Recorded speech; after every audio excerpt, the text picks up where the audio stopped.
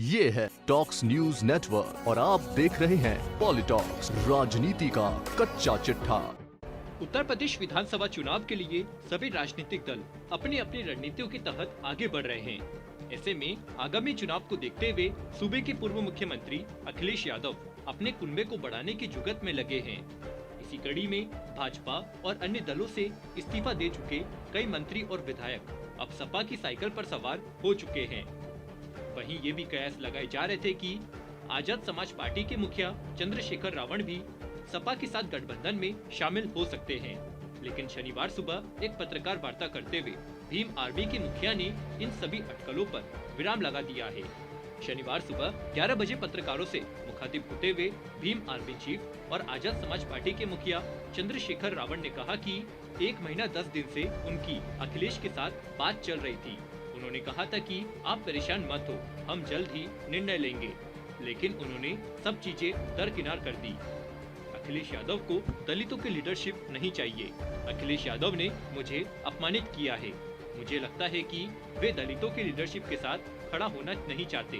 मैंने अखिलेश पर जिम्मेदारी छोड़ी थी कि वे गठबंधन में शामिल करें या नहीं, लेकिन उन्होंने आज तक जवाब नहीं दिया। चंद्रशेखर रावण ने आगे कहा कि लेकिन अंत समय में मुझे लगा कि अखिलेश जी को दलितों की जरूरत नहीं है। वो इस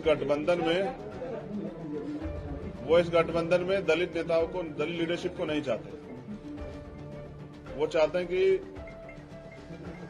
उनको दलित वोट करें। लेकिन मेरा डर ये था कि अगर दलित उनको वोट कर देंगे तो कल जो उनके ऊपर एक आरोप पिछली सरकारों में रहा, क्योंकि मान्यवर काशीराम साहब को मैं नेता मानता हूं, उन्होंने भरोसा करके नेताजी को मुख्यमंत्री बनाया। फिर क्या हुआ आपके सामने।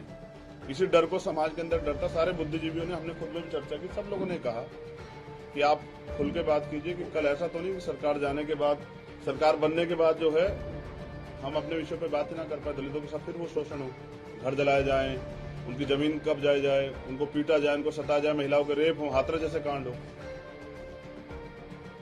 और 2 दिन में निराशा हुई कि 1 महीना 10 दिन के बाद उन्होंने कल अपमानित किया। ये दुखद। अपमानित किया आपको?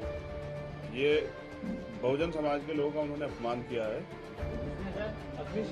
मुझे ये भरोसा था कि वो भी 85% बहुजन समाज के लोगों को इकट्ठा करने का प्रयास करेंगे, क्योंकि हम सब लोग भाजपा को रोकने का प्रयास कर रहे थे। मैं समझता कि यहाँ पीठ के दर्द के बाद भी 2 दिन से हूँ कि किसी तरह से बात सकारात्मक हो जाए, लेकिन कल आने के बाद उन्होंने कहा था कि मैं शाम तक बताता हूं। उनका जवाब अभी तक नहीं है। तो मैं समझता हूं कि वो इस चंद्रशेखर रावण ने कहा कि हमारा हमेशा से ही ये लक्ष्य रहा है कि यूपी में भाजपा को हराना है।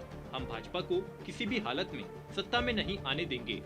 बीजेपी के खिलाफ हमने लाठियां खाई है और अब हम सपा के साथ नहीं बल्कि अपने दम पर लड़ेंगे विधानसभा चुनाव से पहले हमारी कोशिश यह थी कि जो विपक्ष बिखरा है उसे एक किया जाए, लेकिन ऐसा नहीं हुआ।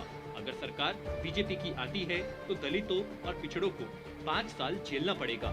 यहाँ हम आपको बता दें कि चंद्रशेखर आजाद की प्रेस कॉन्फ्रेंस से पहले खूब गहमा-गहमी भी हुई।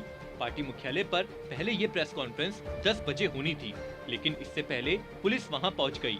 पुलिस का कहना था कि इसके लिए परमिशन नहीं, इसलिए प्रेस कॉन्फ्रेंस नहीं हो सकती, जिसके बाद पुलिस ने मीडिया कर्मियों को भी बाहर निकाल दिया था। हालांकि इसके बाद कोरोना प्रोटोकॉल के साथ प्रेस कॉन्फ्रेंस करने की इजाजत दी गई। PoliTalks bureau, UP.